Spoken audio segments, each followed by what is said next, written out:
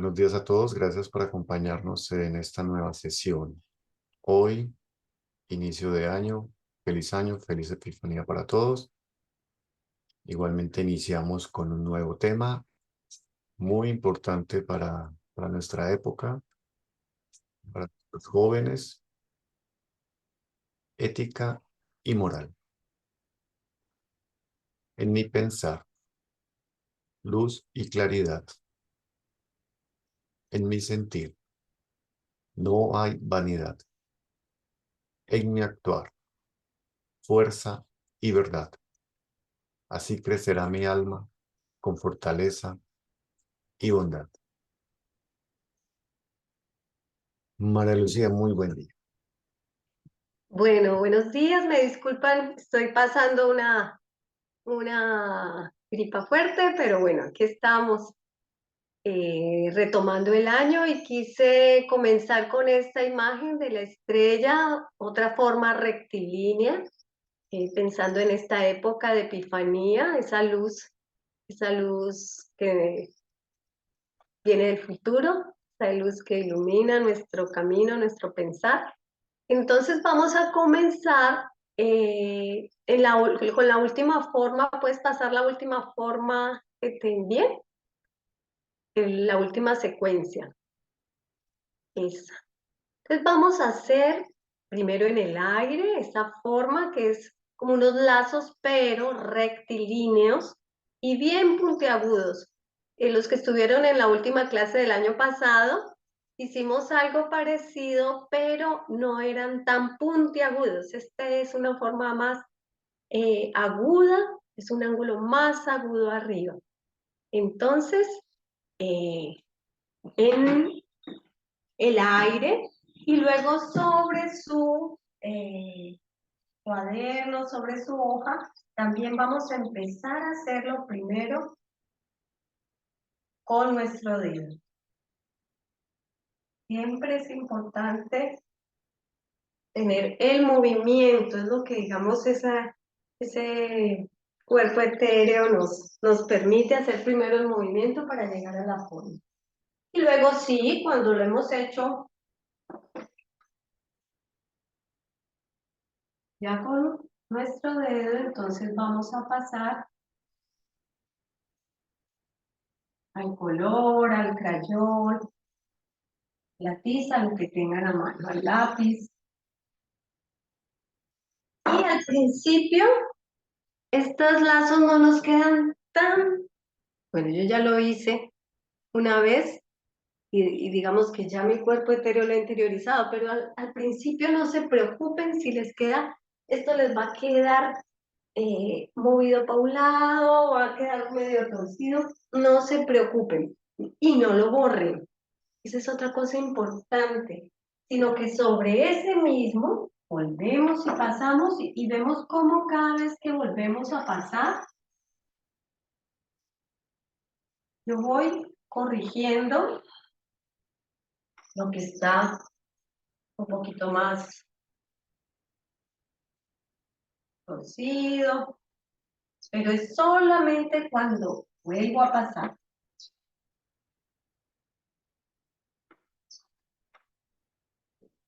Y cuando vuelvo a pasar siento que, bueno, ya la forma está mejor, pero puedo pasar una tercera vez, ¿sí? Hacerlo más visible o con un color más visible.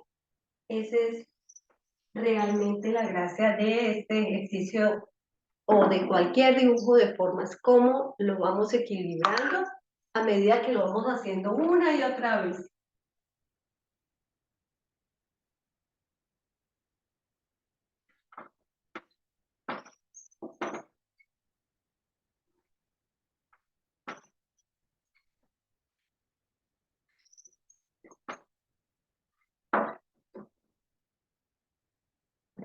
Y bueno, y va quedando, de pronto no está tan... Pero cada vez que lo hacemos, va mejorando.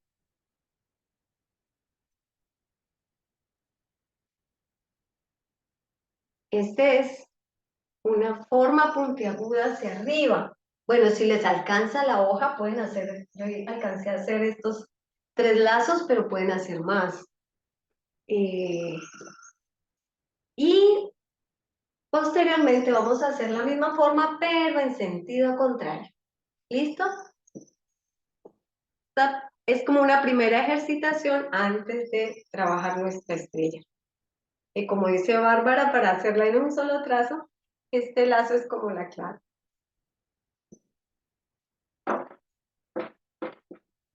Yo ya voy haciendo la forma contraria con mi dedo, los que ya de pronto, que todavía están aquí, no pasa nada. Los que ya terminaron, pues vamos haciendo la forma en sentido contrario. Es otro reto.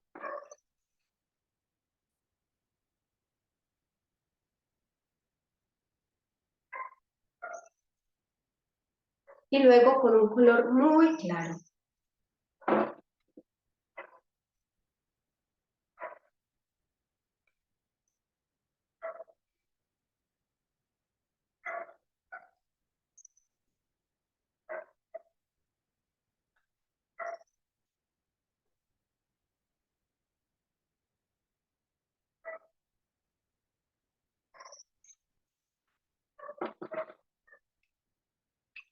Estas formas rectilíneas sentimos que necesitan de mucha presencia, ¿no? Tenemos cada que trazamos,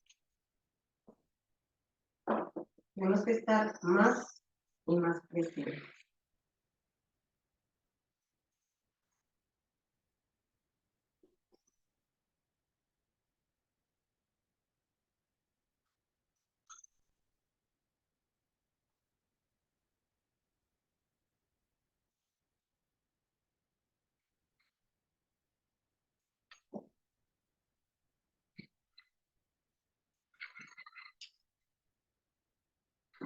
Siempre es bueno alejarme, me alejo, observo cómo puedo mejorar y paso una tercera vez.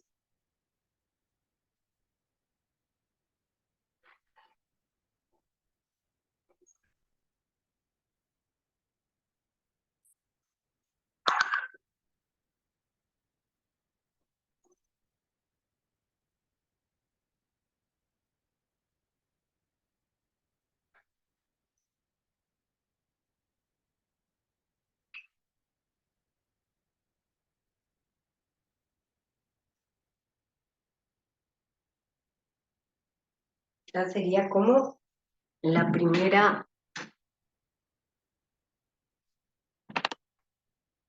ejercitación. Los lazos que alcancen a tener no tienen que ser 3, pueden ser más.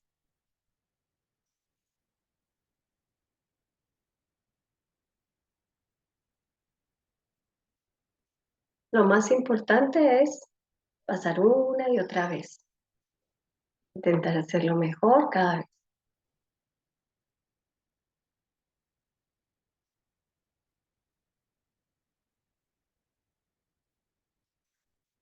Buen día, Mario Huertas. ¡Ay! No, pero es que con todas esas rectas hermosas que tienes en ese techo, cualquiera se inspira. Precioso techo.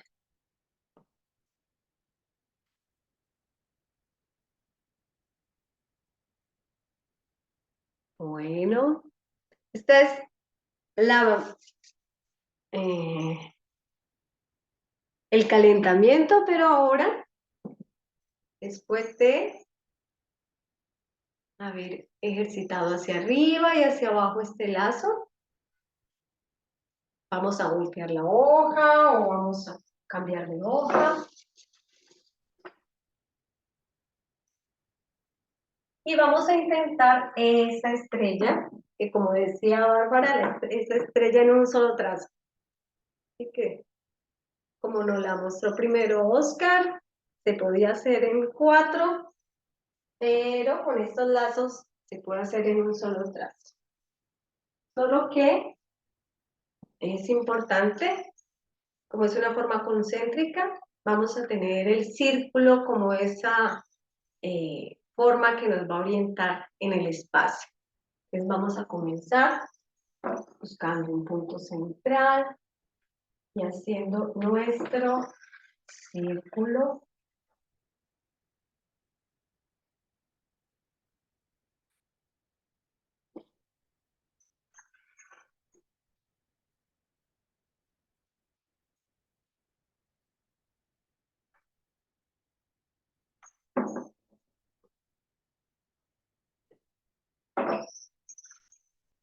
El círculo es el que va a contener nuestra estrella.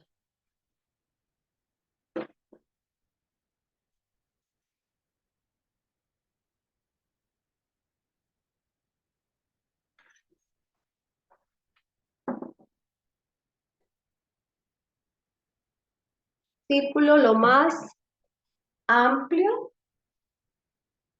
que puedan dependiendo del tamaño de su hoja. Círculo que abarque toda la hoja, así como el que acabo yo de hacer en mi pizarra. Todos vamos allí porque solo veo algunos. Empezamos este año con mucha exigencia, ¿no, Mónica? Ella es otro nivel, María Lucía. No, este grupo es otro nivel. Tenemos una buena maestra, nos saca bien. Ay, gracias. Bueno, sí, es que dije, no, tenemos que empezar el año con una imagen de una estrella y estoy revisando este libro y me encantó. Y bueno, y si no lo logramos hoy, no pasa nada, queda de tarea para la semana. Bueno, entonces ya todos tenemos nuestro círculo. Eso, nos movemos por toda la hoja, un círculo bien amplio.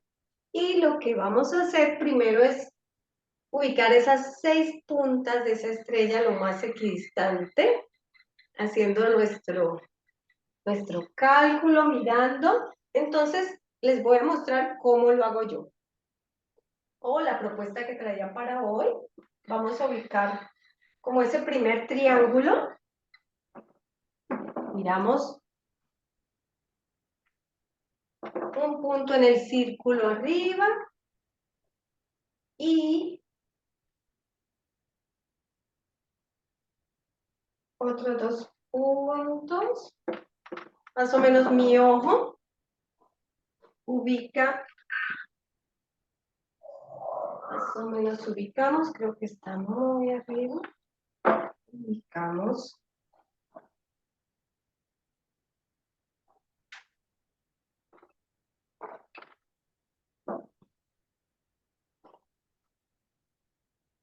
Podemos hacer muy suave, ¿no? Como para orientarnos. Yo ubiqué 3 puntos. Y un punto aquí.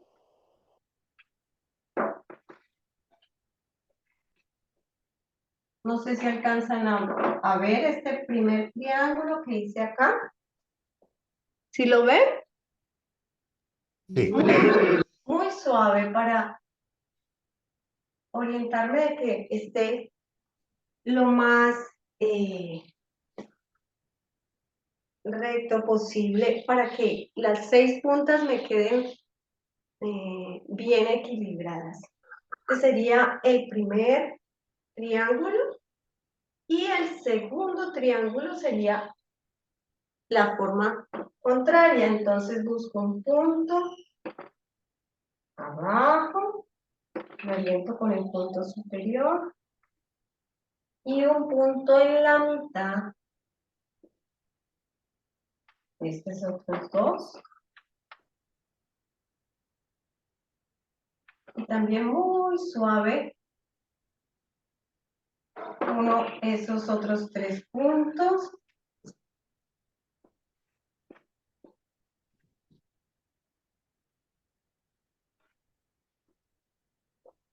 Para llegar a mi estrella de 6 puntas. Esta sería como la forma geométrica a mano alzada llegar a esa estrella de 6 puntas, ¿cierto? Primero ubico un triángulo hacia arriba y un triángulo con la base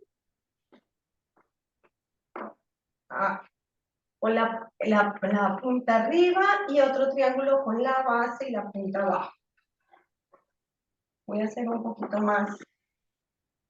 ¿Se alcanzan a observar esos dos triángulos que me van a ayudar, que van a ser como la guía para luego moverme con los lazos que hemos trabajado inicialmente? ¿Estamos bien?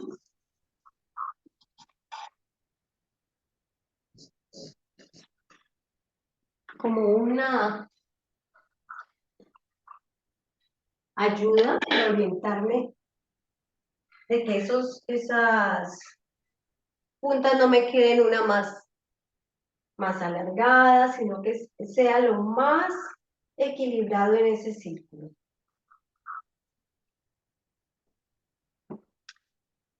¿Hasta ahí vas bien, Bárbara? Eso. Esta forma para ustedes es muy sencilla, pero ahora me van a observar cómo vamos a integrar esos lazos que trabajamos de manera concéntrica para llegar a esta misma forma, no con estos dos triángulos, ni con esas otras que nos mostró Oscar.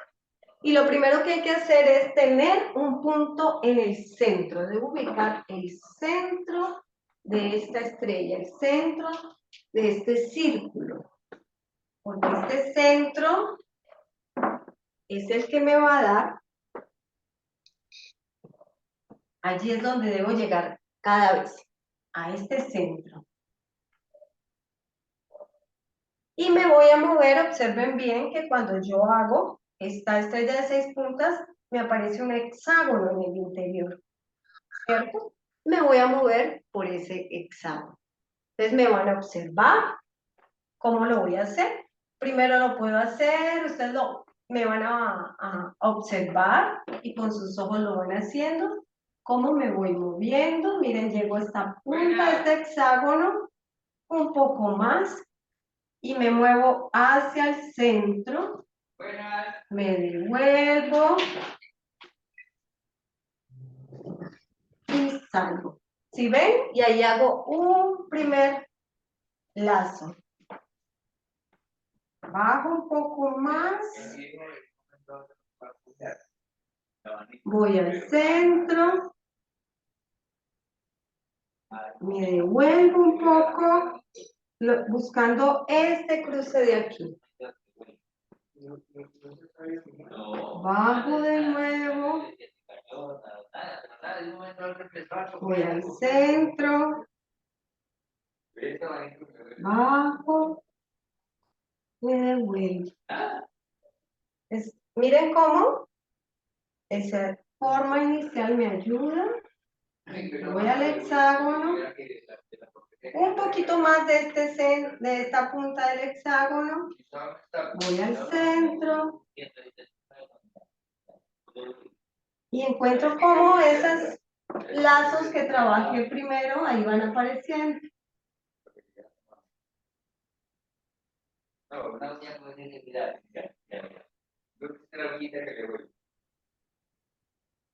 Es bueno que lo hagan primero en el aire, que primero observen mis movimientos, así como lo hicieron inicialmente. Y no importa si al principio no nos sale tan bien. Es simplemente moverme de la periferia a este hexágono que hay allí. Lo pueden hacer con un color un poco más oscuro del que usamos en esta estrella inicial. Lo importante es que ya tengan claro cuál es el recorrido de la forma, no que la forma quede perfecta. Sí, ya voy a terminar. Bueno, perdón, es que hubo aquí como un accidente con mi perrito. Un momento.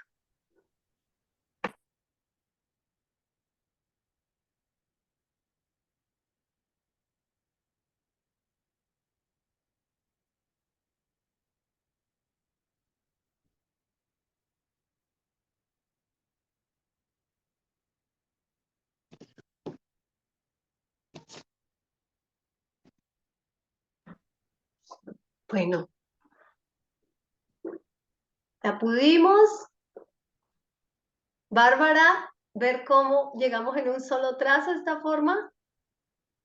Eso. Yo voy a repintar una vez más para hacer más visible el movimiento y para equilibrarlo un poco más. Pintar con un color bien luminoso. A veces no es fácil mantener estas rectas.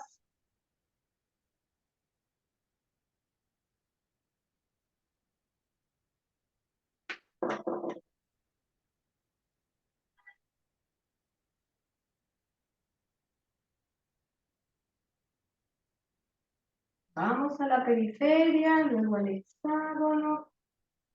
Con ese lazo vamos al centro, nos devolvemos.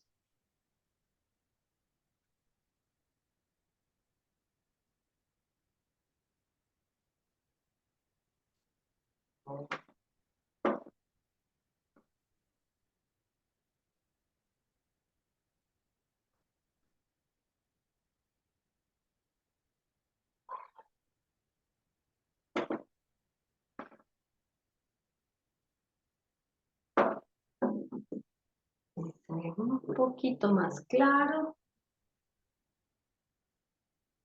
Y la idea es pasar varias veces hasta que esos lazos se hagan más visibles.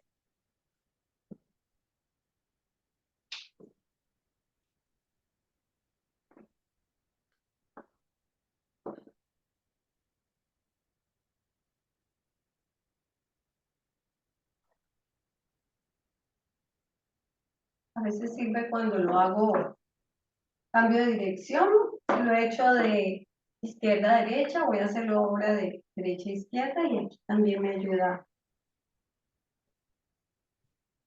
a equilibrar la forma.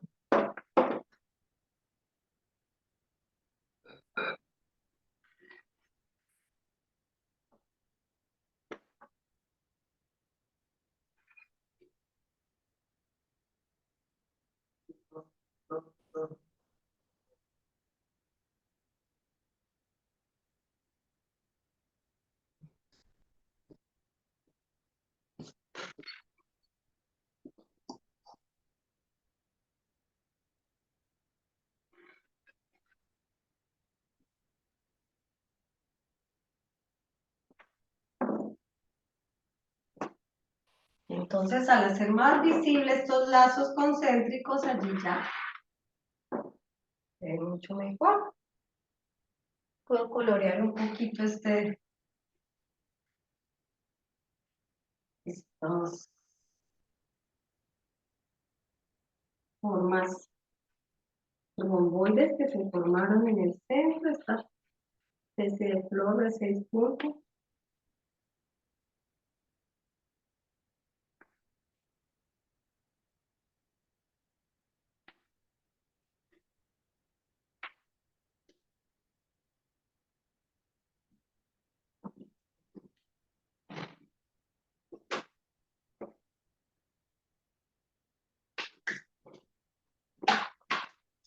Bueno, muy bien, Bárbara. Wow, siempre me quedo asombrada cómo quedan más bonitos los trabajos de ustedes. A mí me quedó como achatada esa estrella, pero te quedó súper linda. Muy bien. Gracias, Bárbara. ¿Alguien más quiere compartir la forma?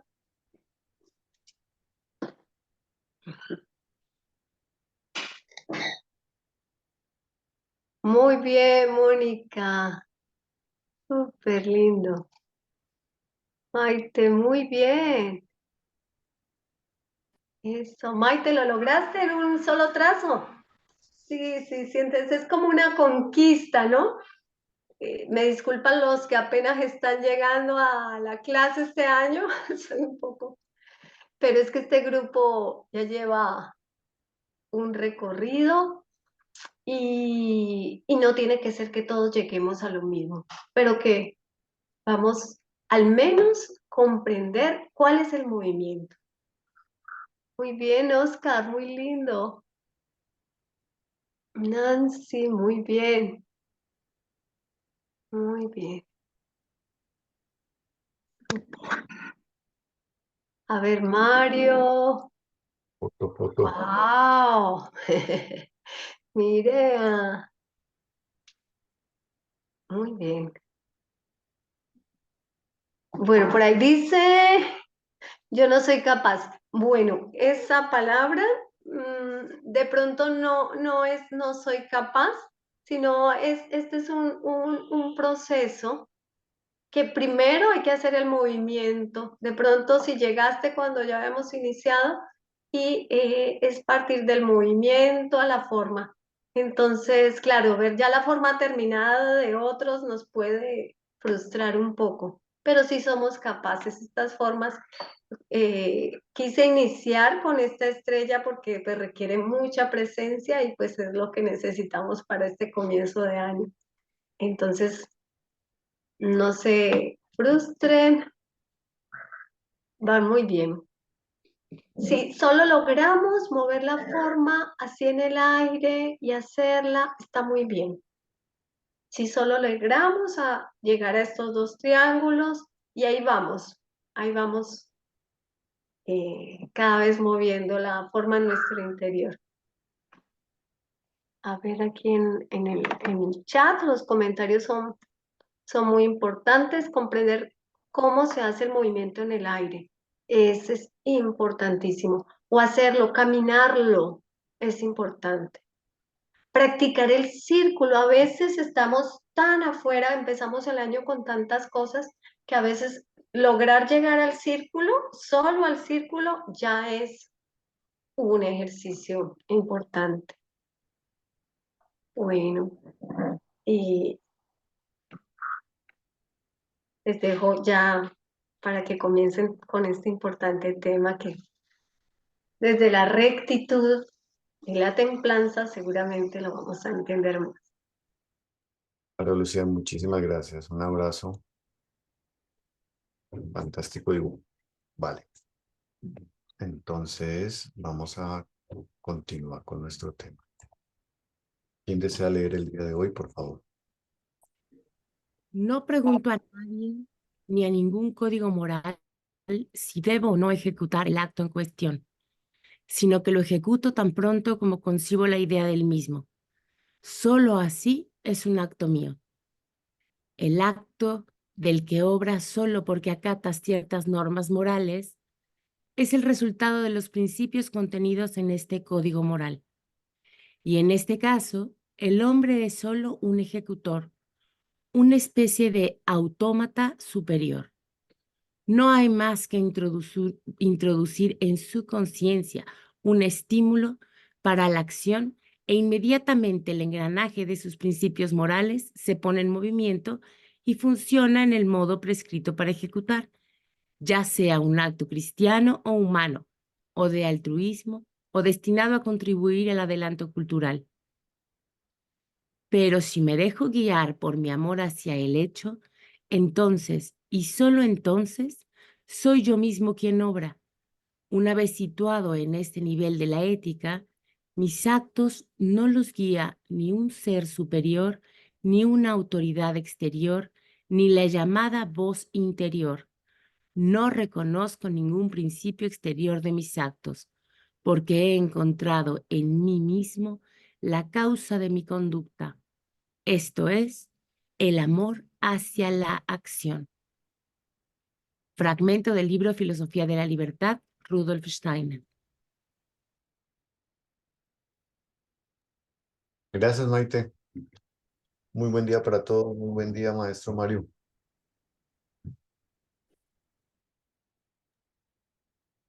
Muy buenos días para todos. Bueno, hoy a partir de hoy, nos vamos a introducir un tema bastante eh, interesante, movido y difícil en nuestra época. El tema de la ética y la moral y son ya de hecho de entrada dos conceptos que se presentan a confusión en nuestro mismo lenguaje. A veces llamamos ética una cosa, a veces llamamos moral otra, confundimos ética y moral, y ahí ya comienza una confusión de alguna manera. Y vale aclarar de manera muy general que ambos son dos conceptos que se relacionan, pero son realmente diferentes como conceptos. Moral deriva, ambos conceptos vienen del griego y del latín, y moral sabemos que tiene que ver con aquello que mola, ¿sí? Y lo moral es con lo que mola, con lo que es general, son con reglas, eh, son reglas generales de una sociedad o de una cultura. Entonces, lo que es moral es lo que viene de afuera y de alguna manera nos ayuda, entre comillas, o nos induce a controlarnos. La moral no puede existir sin un contexto social. Es decir, lo moral es lo que dentro de una cultura mola y nos ayuda a autorregularnos como seres sociales, como seres que pretendemos realmente convivir en una sociedad. Entonces, lo moral son todas las reglas sociales, bien sean jurídicas o no. Hay reglas sociales que inclusive a veces muy inconscientemente se van aplicando en nuestro contexto social. Y tenemos el gran aspecto, digamos, jurídico que nos ayuda a autocontrolarnos. Cuando uno se va a textos muy antiguos como el Génesis o todo lo que es el Antiguo Testamento, cuando vamos a estudiar muchas culturas babilónicas, persas, sirias, caldeas, vamos a ver que cada una de estas culturas tenía un código moral. El más antiguo es este que siempre lo rezamos a medias, que es ojo por ojo, diente por diente, mano por mano, pie por pie, casa por casa y sigue. Todas las culturas antiguas tuvieron este código de control moral. Y si nos vamos mucho más atrás, vemos que de alguna manera hay, hay algo colocado ya, digamos, como un ejercicio donde además de esto moral va apareciendo un concepto que es lo ético. Y lo ético está relacionado con la libertad y con la autorregulación. Es decir, lo moral está establecido por el entorno social, por la cultura, por la sociedad en la que vivimos.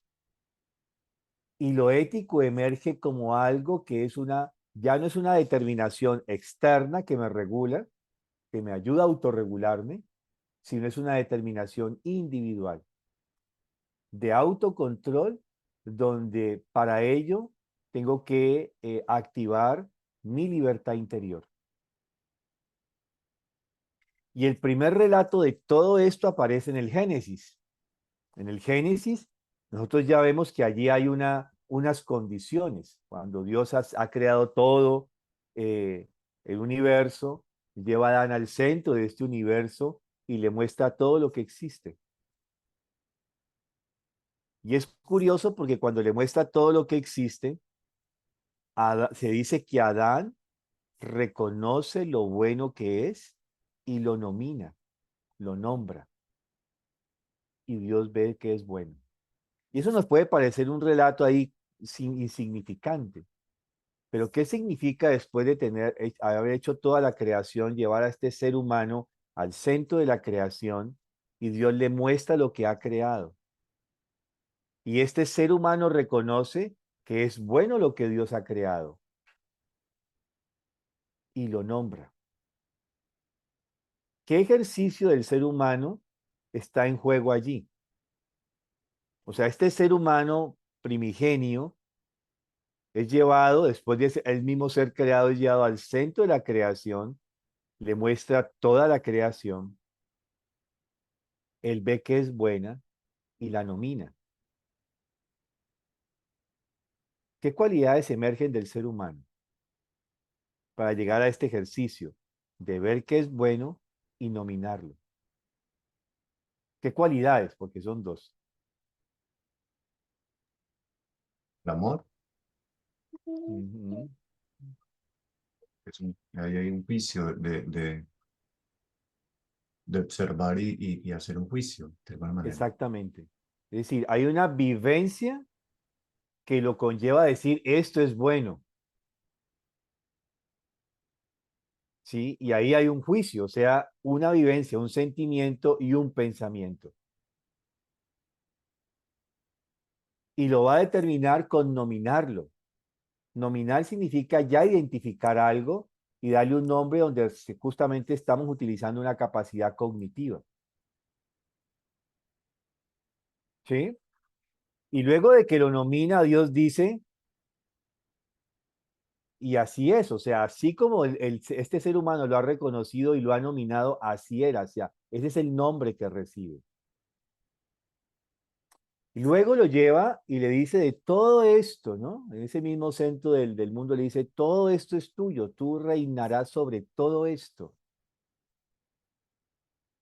Podrás disfrutar de todo este paraíso en el que estás, de este mundo, de este universo en el que estás. Puedes disfrutar de todo y comer de todo,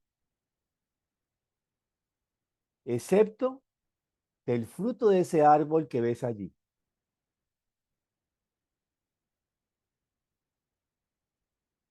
Porque si comes de ese fruto, morirás.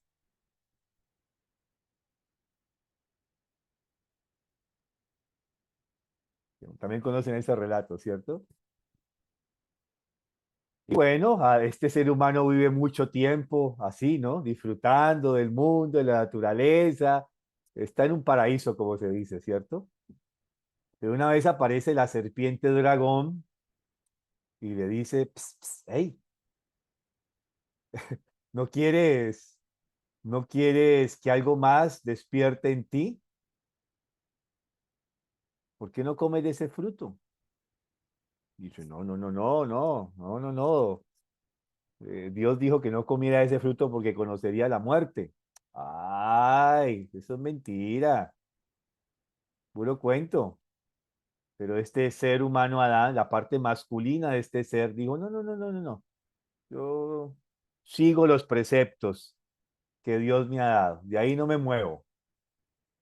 Y la serpiente dragón, como siempre es astuta, se mete más dentro del ser humano, ya no está afuera diciéndole, "Ps, ps, ps", sino que se mete dentro de la naturaleza del ser humano, o sea, la parte interna femenina del ser humano, y ahí dentro le dice, ay, te estás perdiendo de todos los placeres de la vida. Mira, que Dios lo ha hecho por puro cuento, envidia, porque sabe que si tú comes ese fruto, te vas a hacer igualito a Él. Vas a ser tan conocedor y vas a tener tanto poder como Él. Y le comienza a susurrar esto al interior del ser humano, esa parte femenina del ser humano, y cede y come de este fruto. Y cuando consume este fruto del conocimiento, dice el relato, algo dentro de él siente que se desgarra. Su inocencia, esa experiencia paradisíaca que vivía con el mundo se rasga y ahora ve el mundo ya no en una soñación, sino como un hecho real. Y al tiempo entonces aparece Dios dando alguna vuelta por el mundo y se da cuenta de que hay algo raro, de algo pasa en ese paraíso, en ese mundo. Este ser humano ya no transita como habitualmente lo hacía. Entonces lo llama. Adán, ¿dónde estás? Que no te veo por estos lares. Y aparece entonces Adán con el rabillo entre las patas, como cuando los niños o los gaticos han visto los animalitos cuando han hecho una travesura. Están todos, saben que han hecho la travesura. Y entonces le dice, te noto extraño, Adán, ¿qué ha pasado? No, no, no, nada, señor, ¿no? Yo veo que no estás como con la tesitura anímica de antes. Algo pasa. Y Adán termina confesando entonces su acto, su acción. Y le echa la culpa entonces al dragón, está afuera, la responsabilidad de su acción, y en la parte femenina, no es esa mujer que me diste, ¿no? Por compañera, la que me ha hecho consumir, o sea, hacer que no siga tus preceptos. Y yo le dice, pero ¿cómo has hecho, Adán, esto? ¿No te dije que no lo hicieras? Que si y lo hacías, ibas justamente a tener unas consecuencias. Frente a esto no puedo hacer nada, porque ya has actuado. Y al actuar, tu actuar tiene unas consecuencias en el mundo. Tendrás que conocer el dolor, el sufrimiento y la muerte, porque esa es la causa de esta acción. Has consumido el fruto del conocimiento del bien y del mal prematuramente. Ese es más o menos, dicho en mis palabras, el relato del Génesis. Pero justamente aquí surge un aspecto que es muy importante y que tiene que ver con esa cualidad del libre albedrío. El libre albedrío solo lo tiene el ser humano. Ningún otro ser en la naturaleza tiene el libre albedrío. Solo el ser humano. Pero no podríamos tener libre albedrío si no tuviéramos la capacidad, el poder de decidir si lo hago o no lo hago. Y justamente estos preceptos morales colocados por Dios Padre, o sea, las reglas colocadas por la naturaleza, que están manifestadas en la voz del Dios Padre, guiaban a este ser humano en el principio. Pero llega un momento que en este ejercicio del libre albedrío, es decir, de su libertad, de ejercer este poder de la libertad, él tomó una decisión contraria a los preceptos morales que se han establecido para la armónica convivencia entre la naturaleza y el ser humano. Y el ser humano entonces tiene que vivir esta consecuencia ahora. Al final, parte de eso es que el ser humano tiene que ser expulsado de ese mundo paradisiaco, tiene que hacerse adulto de alguna manera, y entonces ante el paraíso es colocado un guardián con gesto severo que custodia con su espada. Y ante esta expulsión de ese mundo paradisiaco, el ser humano, en boca de Eva, o sea, de la parte femenina del ser humano, dice, ¿y ahora qué va a ser de nosotros? Y recibe unas tareas que son vistas como castigos. Al hombre tú tendrás que hacer esto y a la mujer tú tendrás que hacer esto. Pero ¿qué va a ser de nosotros? Y él le dice, cumple esto, cumplan esto, y poco a poco se os volverá a llamar. Ese mito, como mito, nos está hablando de muchos aspectos que tienen que ver con este juego de lo que es la moral y la ética. Y justamente si desciframos, eso es lo que vamos a tratar de hacer en todas estas eh, grupos de estudio que vamos a tener de aquí en adelante, es descifrar este aspecto de lo que justamente tiene que ver entre lo moral y lo ético. Lo moral lo necesitamos reglas externas que nos coadyuven a controlarnos, a guiar nuestro comportamiento. Pero llega un momento en que justamente el ser humano tiene que ejercer esta libertad desde su autonomía, desde el poder de su libertad, pero no una libertad colocada desde afuera. Vemos en el mundo que siempre trata el mundo de regularnos. Por ejemplo, nuestra ciudad aquí en Cali cada vez está mucho más regulada externamente. Es un panóptico, hay cámaras por toda parte ya. Y casi que ejercemos un control de nuestro comportamiento porque estamos siendo observados, como diría Foucault, vigilados y castigados. No hay una autorregulación. Es decir, vivimos una cultura que no nos conlleva hacia una ética, o sea, hacia un comportamiento autorregulado desde esta libertad, del poder de la libertad interior, sino regulado por aspectos externos.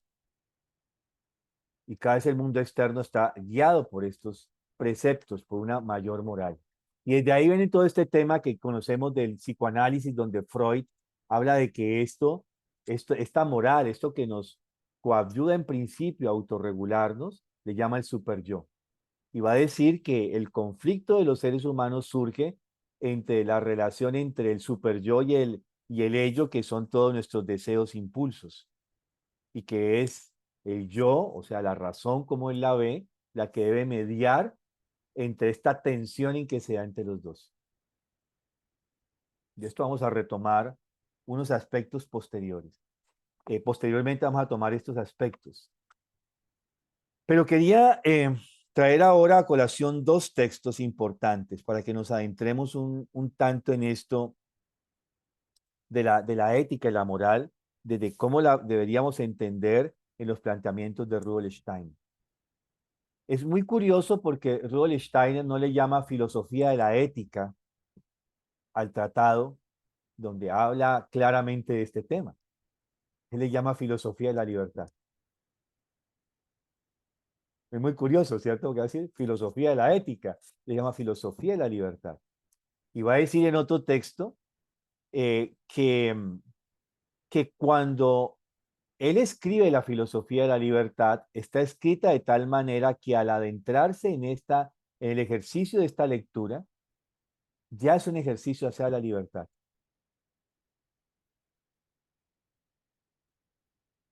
Entonces, ética y libertad están estrechamente asociadas.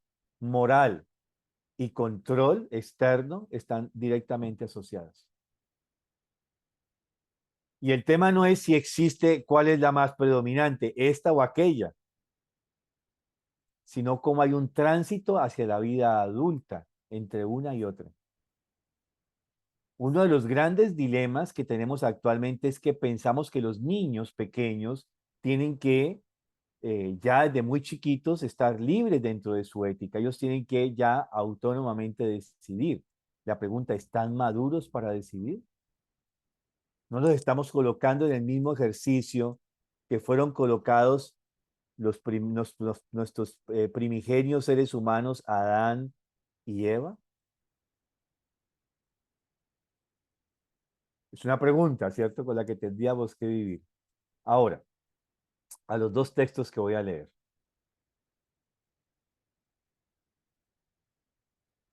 La oración del hombre digno, de Pico de la Mirandola.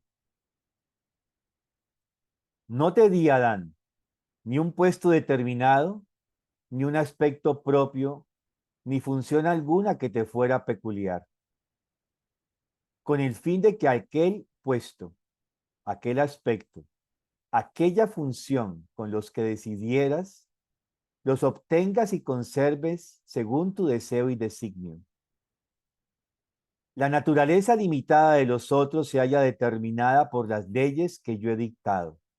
La tuya, tú mismo la determinarás sin estar limitado por barrera ninguna, por tu propia voluntad, en cuyas manos te he confiado. Te puse en el centro del mundo, con el fin de que pudieras observar desde allí todo lo que existe en el mundo. No te hice ni celestial ni terrenal, ni mortal ni inmortal, con el fin de que, casi libre y soberano artífice de ti mismo, te plasmaras y te esculpieras en la forma que te hubieras elegido. Podrás degenerar hacia las cosas inferiores que son los brutos. Podrás, de acuerdo con la decisión de tu voluntad, regenerarte hacia las cosas superiores que son divinas.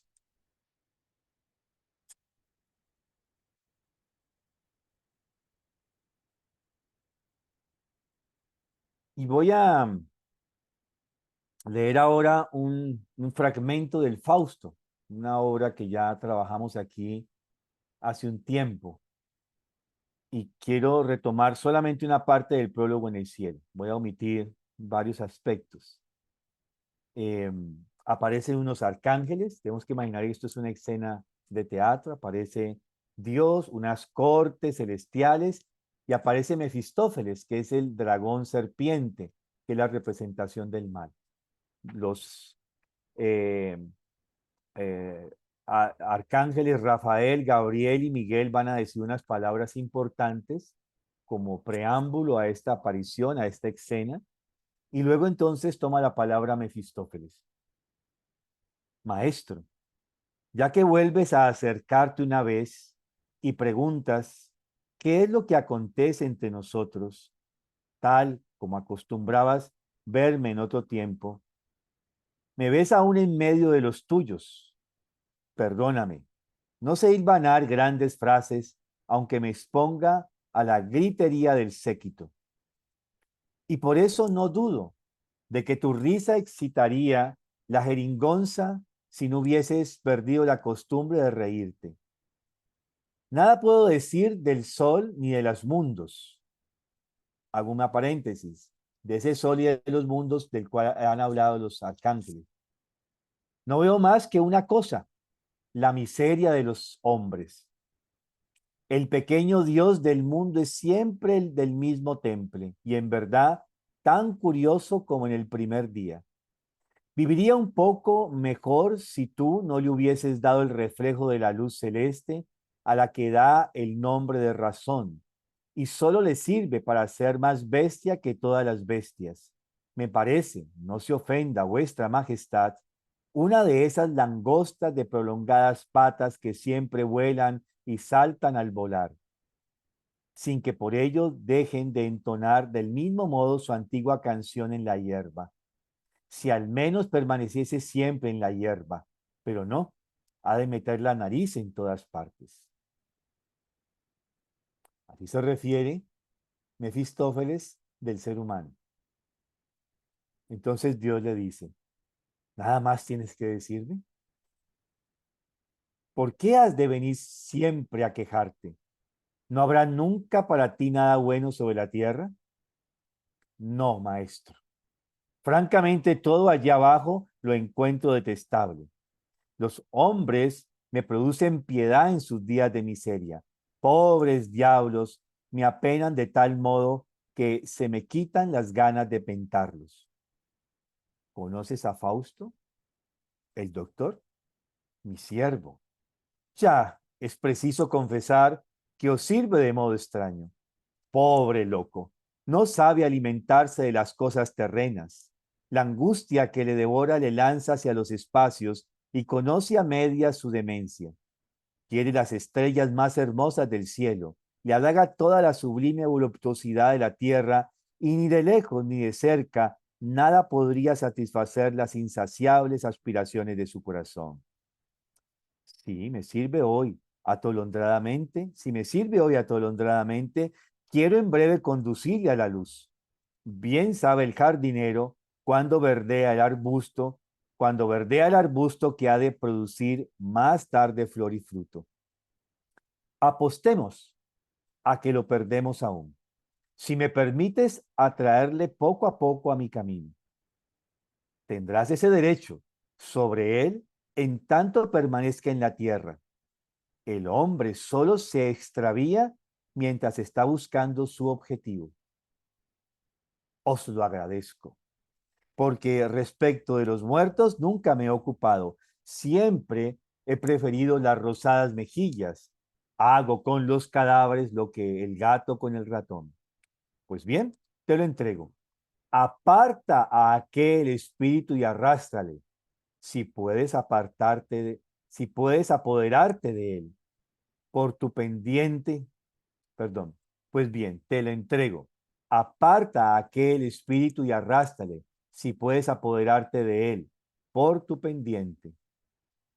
Pero confiésate vencido y humillado si tienes que reconocer que un hombre bueno, en medio de las tinieblas de su conciencia, se ha acordado del camino recto. Acepto. Qué lástima que todo esto deba durar tan poco. No me produce ni apuesta ningún cuidado. Si consigo mi objeto, me concederéis plena victoria. Quiero que llegue a morder el polvo con fricción como mi tía la célebre serpiente. Puedes entregarte audazmente a todos tus proyectos. Nunca he odiado a tus semejantes. Cuando más niegan, menos es el cuidado que me dan los espíritus. La actividad del hombre fácilmente se calma, porque no tarda en entregarse al encanto de un reposo absoluto. Por eso quiero darle un compañero que lo aguijonee y lo impulse a obrar.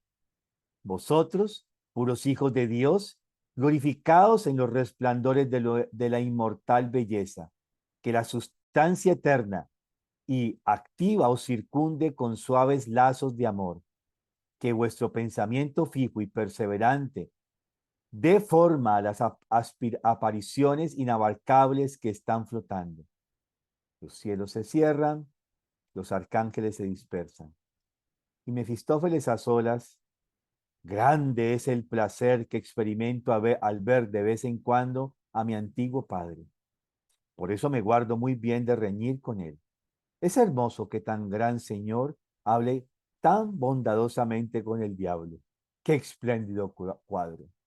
Y sale Mefistófeles. Es interesante porque la obra del Fausto se abre con este preámbulo, en el prólogo en el cielo. Y podríamos compararlo con la oración del hombre digno y podríamos compararlo con el relato del Génesis. Es decir, la puesta en acción para nuestra época moderna es cómo transitamos del marco contextual moral al marco contextual ético. Y hay un aspecto que nosotros hemos visto desde dos puntos de vista. Uno de ellos es que en la conquista de su humanidad, el ser humano justamente tiene que conquistar su posición erguida.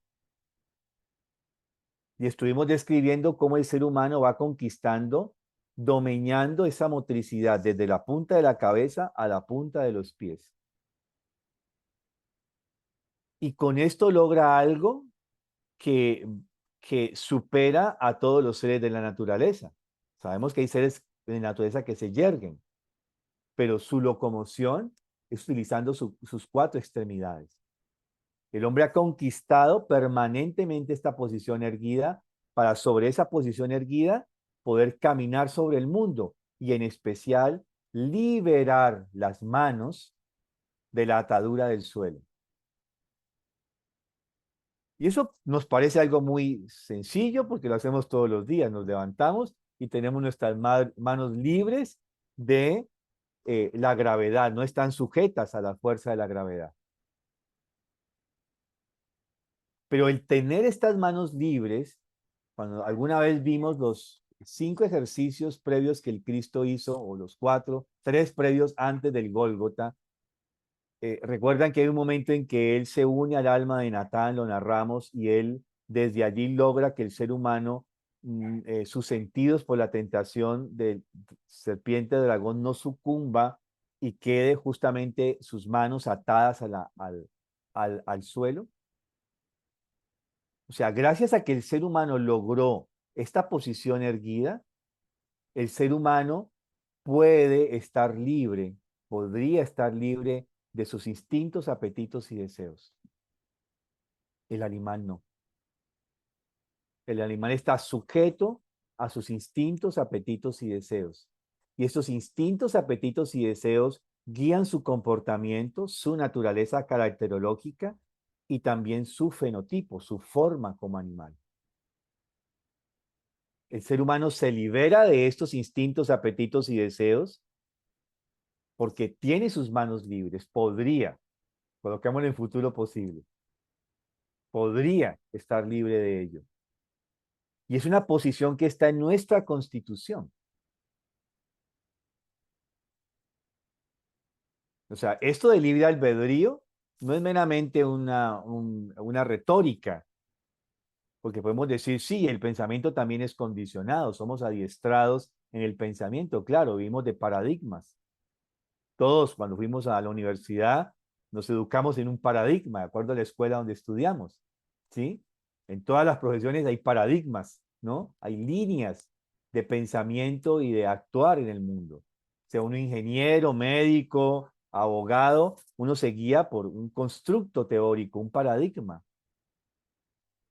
Y uno dice, ah, este ingeniero es de tal escuela, ah, este otro ingeniero es de tal escuela, porque uno ve que tienen una forma de ver el mundo distinto, o los médicos tienen escuelas distintas, tienen formas, de ese paradigma le da una forma de percibir, interpretar y actuar en el mundo. Claro, eso es cierto, pero ¿podemos superar los paradigmas y llegar a construir un pensamiento que es autónomo propio?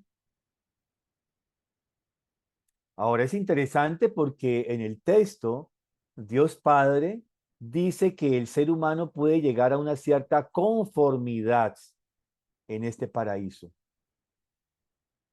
Y entonces en esa conformidad se adormece y necesita entonces un amigo, un compañero que lo aguijonee. Y ese es Mefistófeles.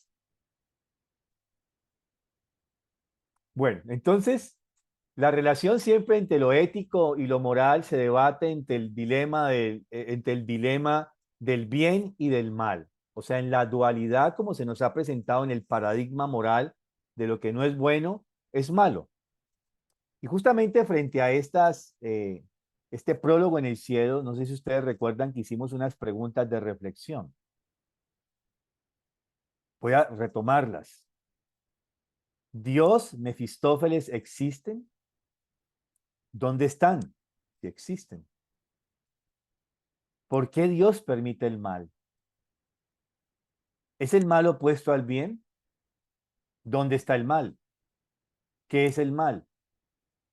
¿Puede algo malo convertirse en bueno? ¿Puede algo bueno convertirse en malo? ¿Qué me puede liberar del mal?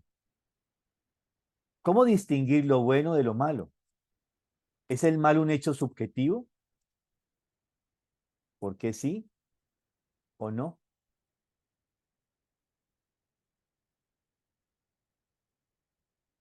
Y veíamos en aquel momento que justamente el tema del bien y del mal no es un tema dual. ¿Recuerdan eso? Que realmente si lo miramos en su justa medida, el tema del bien y del mal es un tema trial, de triada. Y veíamos que los extremos nos conducen justamente a puntos que no son benéficos.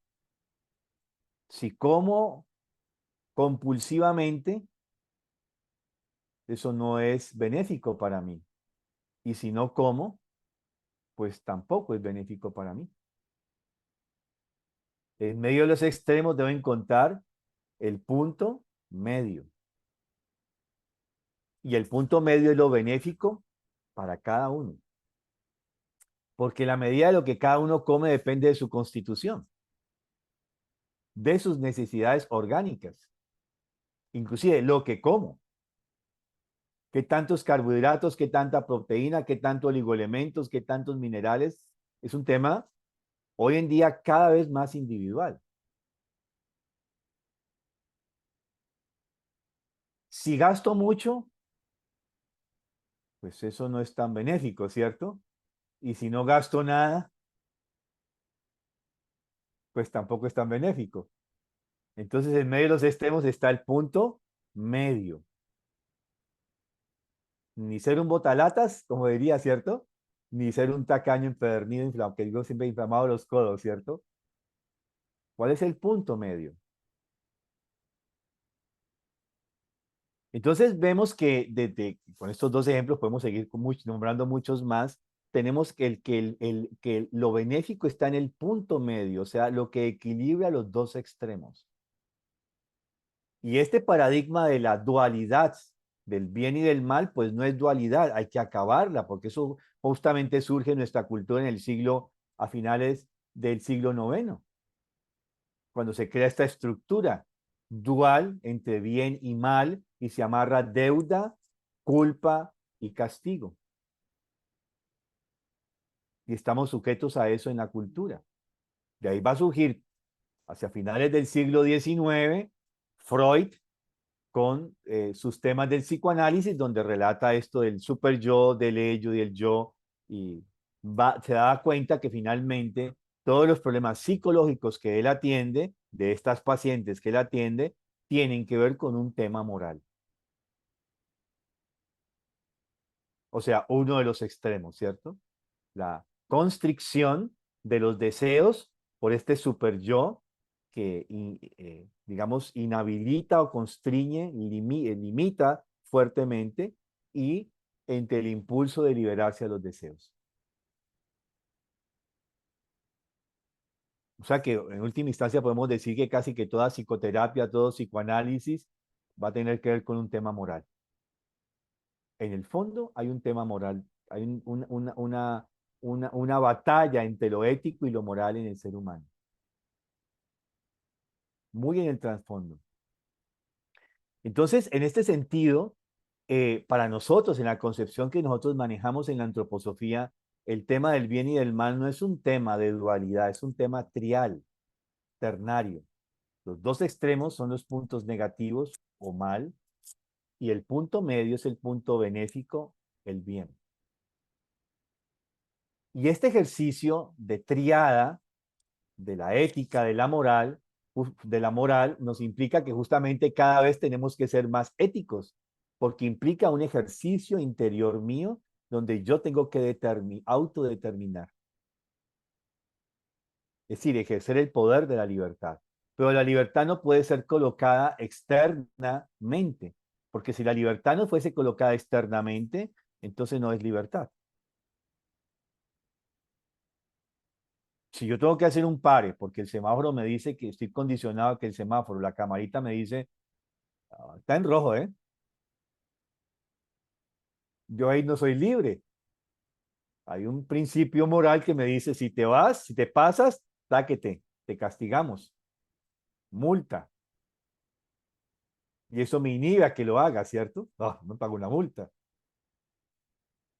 Nada más todo hay que hacer la vuelta, hay que perder tiempo, bueno, una cantidad de cosas, ¿cierto? Uno quiere estar en eso, pero seríamos realmente en un mundo no, digamos, regulado moralmente, sino regulado éticamente si yo conscientemente digo, ahora está en rojo, paro. Ahí no está la cámara, pero paro.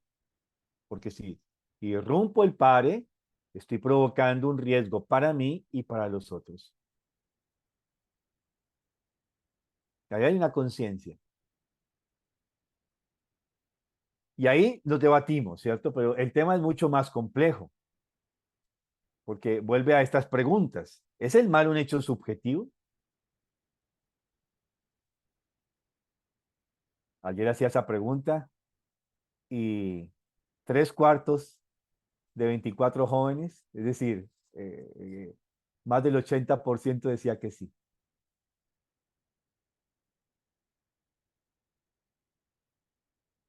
Entonces vino una reflexión interesante, ¿no? Y les coloqué un hecho actual. Ajá. Hoy en día hay un gran juicio universal, ¿no? Es público, porque ha sido llevado a las Naciones Unidas, a esta Corte Constitucional Internacional, una demanda colocada por Sudáfrica contra Israel. Y Sudáfrica acusa a Israel de genocidio. Y fundamenta por qué. Y les fundamenté cuáles eran los argumentos de Sudáfrica. Pero Israel se defiende y dice que eso no es así, que ellos se han defendido y que los están condenando a ellos como terroristas, genocidas, cuando el hecho fue contrario. Imaginemos que estamos ahí, somos los jueces, les dije yo.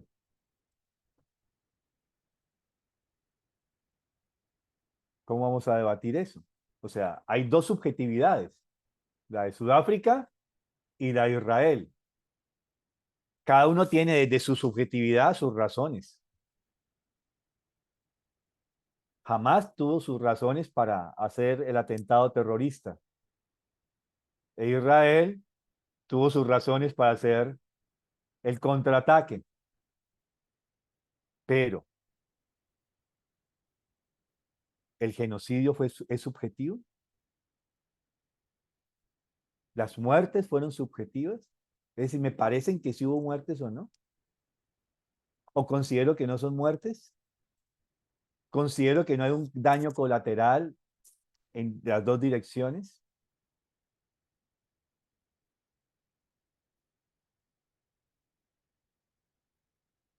¿Es el mal un hecho subjetivo? ¿Cómo distinguir lo bueno de lo malo?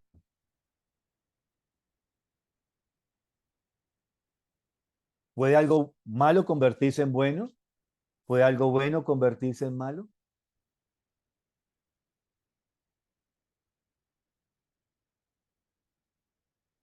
¿Dónde está el mal? ¿Qué es el mal?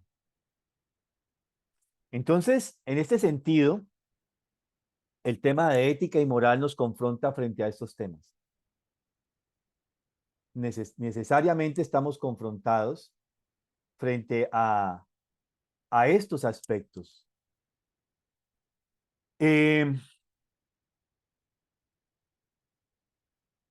Y realmente estas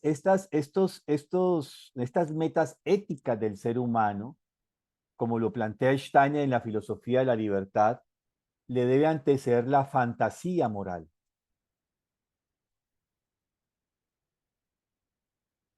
Es decir, que tenemos que llegar a una fantasía moral antes que a estas conductas, estos comportamientos que son éticos, nuestras metas éticas. Y en ese ejercicio de la fantasía moral, tenemos justamente que utilizar nuestro pensar. Tenemos que ejercitar nuestro pensamiento autónomo y libre. Libre de cualquier paradigma, libre de cualquier precepto moral. Y eso implica lo siguiente, lo plantea Steiner, ¿no? Yo he retomado estos aspectos. Esta fantasía moral nos implica una representación del bienestar propio o ajeno, en el sentido del dicho. Lo que no quieres que te suceda, no dejes que suceda a otros.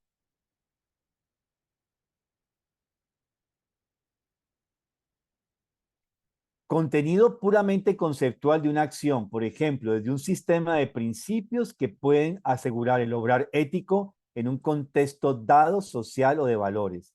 La base de estos principios éticos incumbe a las autoridades competentes de la familia, comunidad religiosa, comunidad científica, Estado o también la voz de la conciencia influida por esas enseñanzas.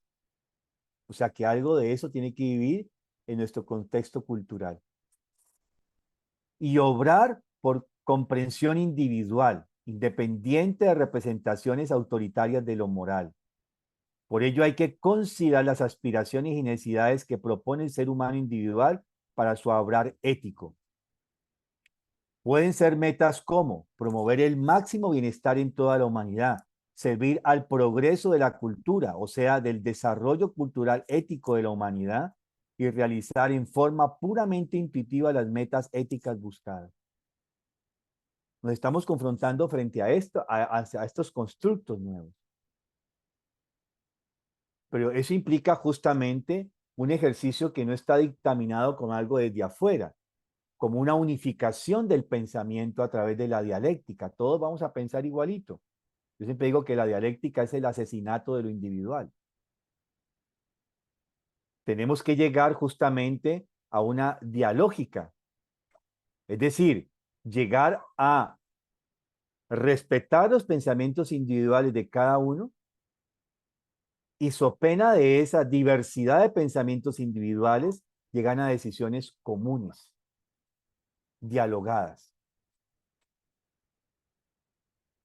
Ese es el marco de referencia que quiero colocar para que sigamos discutiendo, reflexionando en todo este tema de la ética y de la moral. Bueno, dejemos un espacio para las preguntas, las inquietudes, los aportes.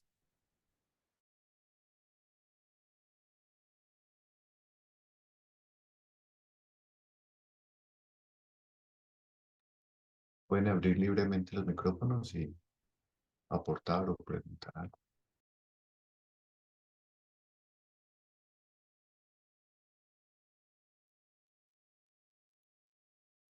Buenos días. Mario, creo que podría ser como un punto de partida, como esto que equilibra la balanza, es el cuidado de la vida para determinar esto que es la libertad. O sea, si cuido de la vida, ya sea del ambiente, de la gente, de todo, creo que sería el punto que podría equilibrar esto, ¿no? Sí, yo pienso que es por allí, porque cuando uno mira el relato del Génesis, justamente cuando este Adán prematuramente toma una actitud de juicio individual y toma esta determinación de consumir el fruto del conocimiento, Dios le coloca unas condiciones. Le dice, hay una ley, ¿no? Entonces ahora tendrás que conocer el dolor, la enfermedad y la muerte. Y yo desde siempre he tenido la pregunta, bueno, ¿y para qué nos coloca esas tres tareas? No castigos, esas tres tareas. Y ya lo dice acá, ¿no? Si el hombre está muy conforme, muy allí, él se va a adormecer, ¿cierto? Necesita algo que lo aguijonee. Entonces, ¿cuándo nos movilizamos? Cuando tenemos dolor. Estos días escuchaba a un pariente que decía, no, ya no me duele la próstata en la noche. Y ya se relajó, porque no hay dolor. Y yo pensaba, ¿qué tal que haya un cáncer y siga trabajando ese cáncer en la próstata en silencio? Mientras había dolor, estaba preocupado. Como no hay dolor, no hay preocupación ya. ¿Cumple una función el dolor? Claro. La enfermedad, no la tenemos, aparece, uy, hay que cuidar la salud, porque perdimos ese punto de equilibrio. La salud es un punto de equilibrio realmente, ¿no? Es el punto medio. Y la muerte nos lleva a cuestionarnos, eso que tú dices, sí, justamente. La, la, la vida en sí misma. Y la vida es muy frágil. Yo siempre he dicho, la vida es muy frágil. Hoy estoy vivo, en un segundo pueda que no esté vivo, en un rato pueda que no esté vivo. Eso es un hecho. Bueno, yo vivo con esa conciencia de la muerte así en la nariz, no siempre. A mí me critican de mi familia porque dice que muy, muy negativo, pero es que yo puedo salir de mi casa ahora para el colegio y no llegó Mario.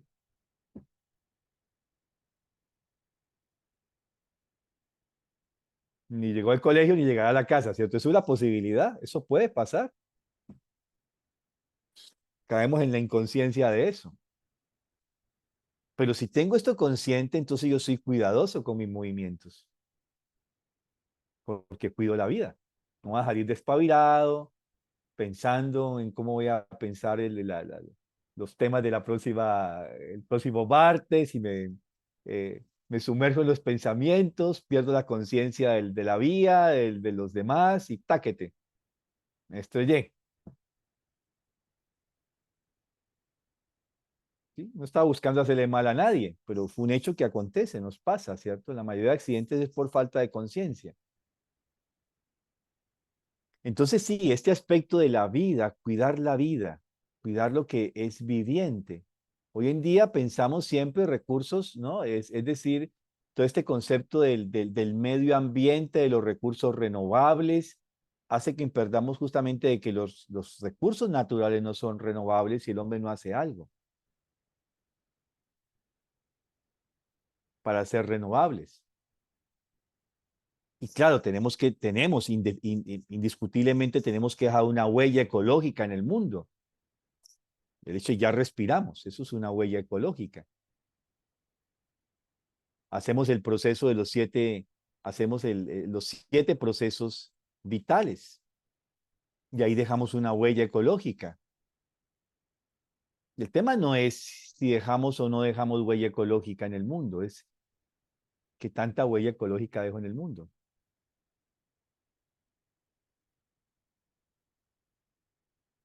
¿Sí? Y cómo esa huella ecológica hago que eh, pueda ser digerida por el mundo, por la naturaleza. Ese es el tema, ¿no? Pienso que este aspecto de lo que es la vida, y ahí hay una pregunta, ¿qué es la vida? Ese es uno de los grandes temas que nos conduce justamente eh, eh, a este tema de lo moral y de lo ético. Mario, pero a su vez, lo ético y la libertad está muy dentro de nosotros mismos.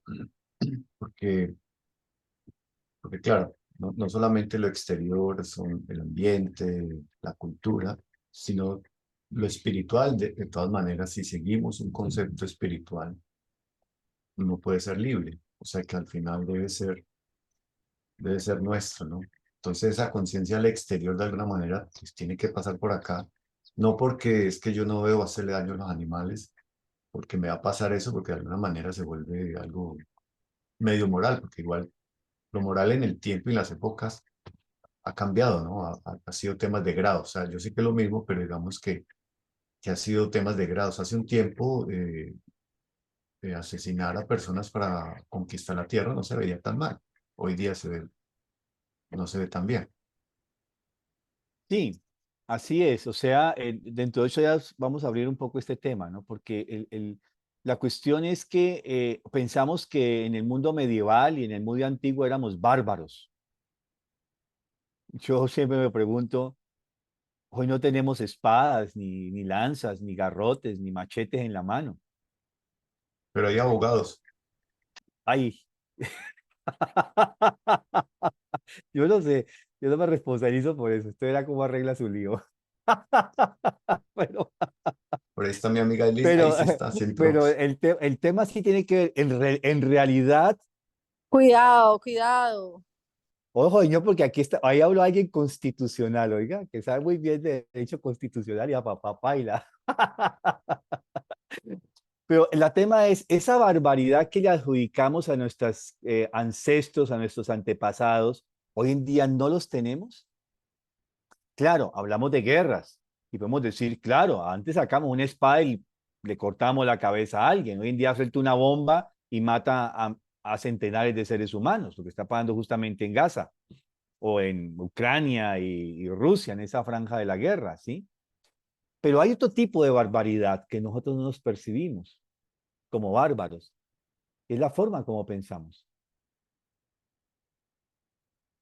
Nuestro pensamiento es un pensamiento que es justamente extremadamente materialista.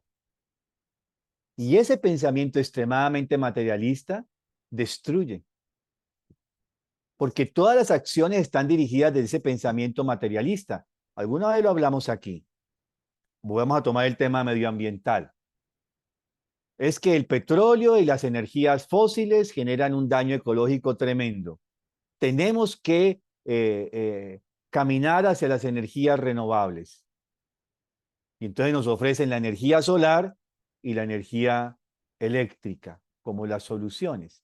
Y cuando uno se adentra de cómo se obtienen los instrumentos para obtener esta energía solar o eléctrica, vemos que es tan o más bárbaro, tan igual o más bárbaro que la explotación de las energías fósiles.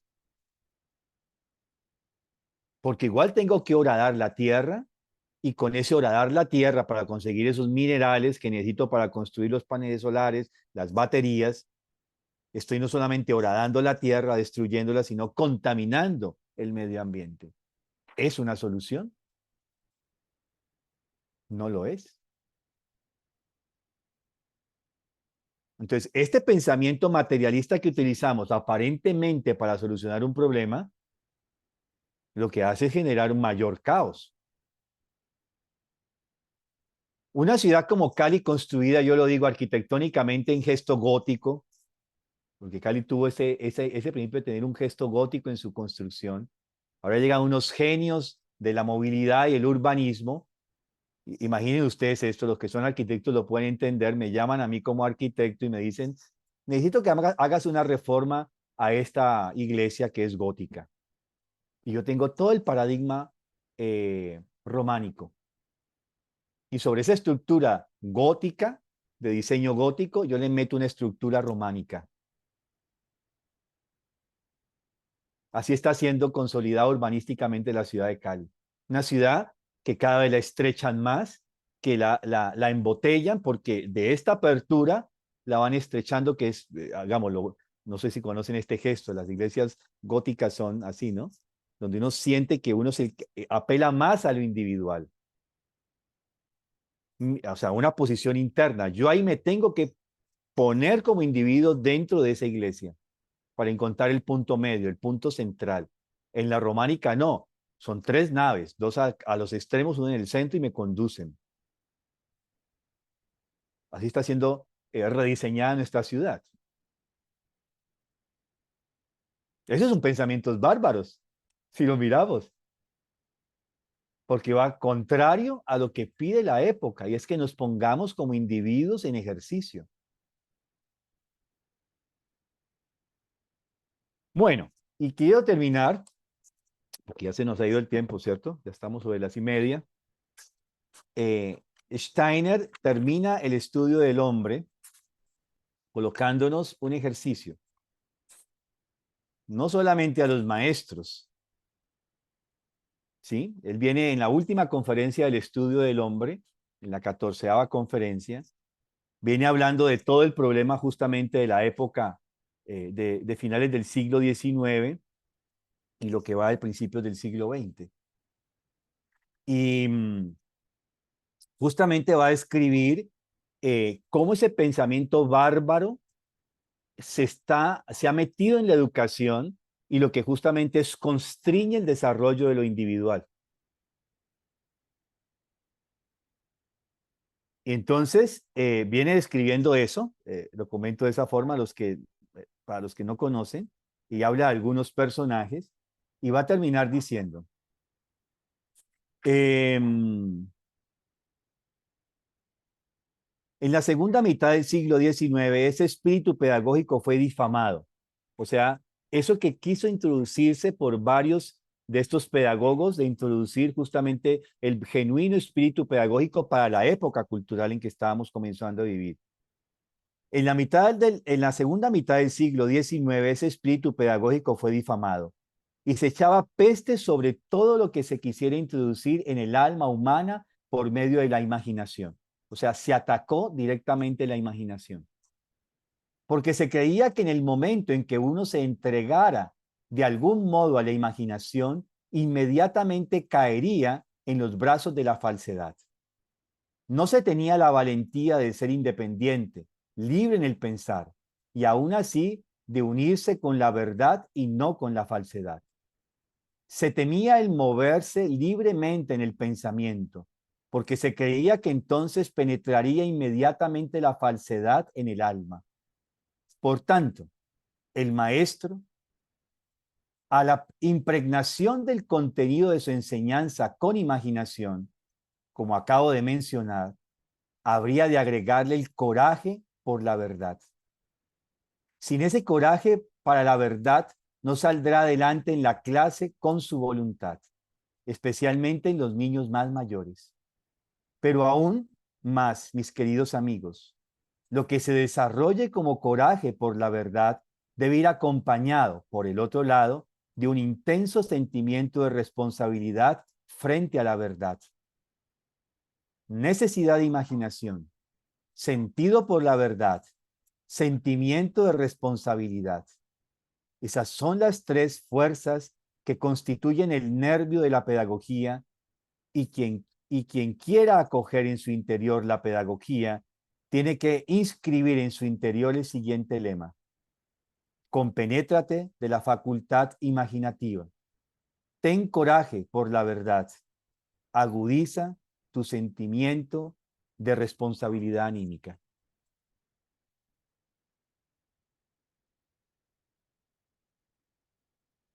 Bueno, muy buen día. Que tengan un buen resto de semana y nos vemos dentro de 8 días. Excelente. Gracias, muchas gracias. Gracias, Mario. Muchas gracias a todos por este grupo. Gracias. Gracias, Mario. Vamos a cerrar. Eso, ¿Quién desea? yo. En mi pensar, luz y claridad. En mi sentir no hay vanidad. En mi actuar, fuerza y verdad. Así crecerá mi alma con fortaleza y bondad. Gracias, Nancy. Buen día para todos, buena semana y nos vemos dentro de 8 días. Gracias por asistir y participar. Gracias. Gracias. Muchas gracias. Muchas gracias.